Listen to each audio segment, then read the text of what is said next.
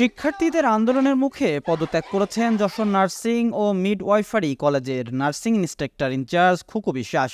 রোববার তার পদত্যাগের দাবিতে শিক্ষার্থীরা যশোর ২৫০ সজ্জা জেনারেল হাসপাতাল চত্বরে বিক্ষোভ ও অবস্থান কর্মসূচি পালন করেন। এ সময় শিক্ষার্থীরা ওই ইনচার্জের বিরুদ্ধে নানা অনিয়ম, দুর্নীতি এবং লুটপাটের অভিযোগ তোলেন।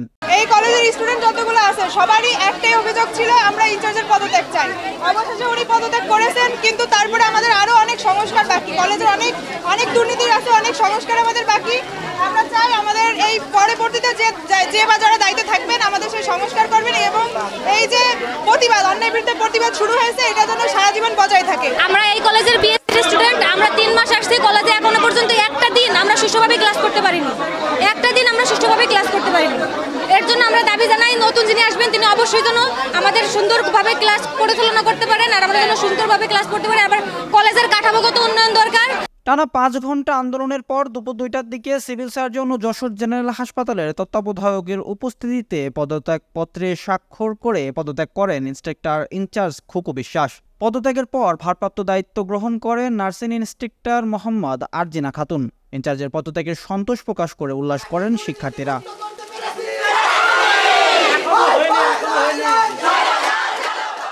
এই বিজয় জুলুমের বিরুদ্ধে বিজয়, এই বিজয় স্বৈরাচারের বিরুদ্ধে বিজয়। এটা এক প্রকার একটা স্বৈরাচারী প্রতিষ্ঠান হয়ে গিয়েছিল। এই বিজয় আমাদের অধিকার আদায়ের বিজয়। আমরা একটা স্বৈরাচার ইনচার্জকে আমরা পদত্যাগ করাইছি। এই প্রতিষ্ঠানটা এক প্রকারের স্বৈরাচারেই পরিণত হয়ে গেছিল। এর আগে এই প্রতিষ্ঠানে এর থেকে জঘন্য একটা ইনচার্জ ছিল, সেই সম্পর্কে আমরা এসে জেনেছি। ইনি তার থেকেও চরম পর্যায়ে চলে গেছে। আমি মনে করি এনার পদত্যাগের মাধ্যমে আমরা এই প্রতিষ্ঠানকে দুর্নীতি মুক্ত করে ছাড়ছি। অনেকেই কিন্তু আমাদের প্রতি আক্রোশ দেখাইছে, আপনাদের সামনেই দেখাইছে, এবং পরবর্তী সময়ে যেন আমাদের প্রতি কোনো জুলুম বা আমাদের নিরাপত্তার জন্য কোনো ব্যাঘাত না ঘটে, আমি প্রশাসনের কাছে আপনাদের মাধ্যমে এই দাবিটা জানাচ্ছি, যেন আমাদের প্রত্যেকটা স্টুডেন্টের নিরাপত্তা নিশ্চিত করা হয়। শিক্ষার্থীদের অভিযোগের সত্যতা মিলেছে জানিয়ে সিভিল সার্জন বলেন, তার বিরুদ্ধে যে অভিযোগ আনা হয়েছে তা সঠিক থাকায় তিনি পদত্যাগ করতে বাধ্য হয়েছেন। বর্তমানে যিনি দায়িত্ব পেয়েছেন তিনি শিক্ষার্থীদের সাথে নিয়ে সুন্দর পরিবেশ তৈরি করবেন বলেও আশা ব্যক্ত করেন civil surgeon.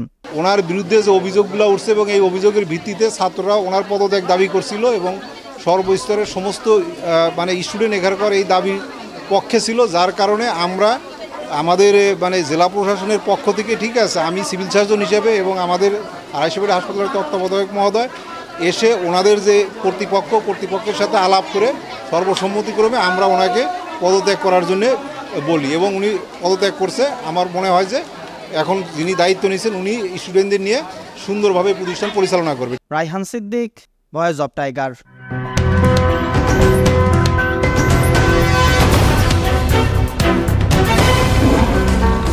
Voice of Tiger.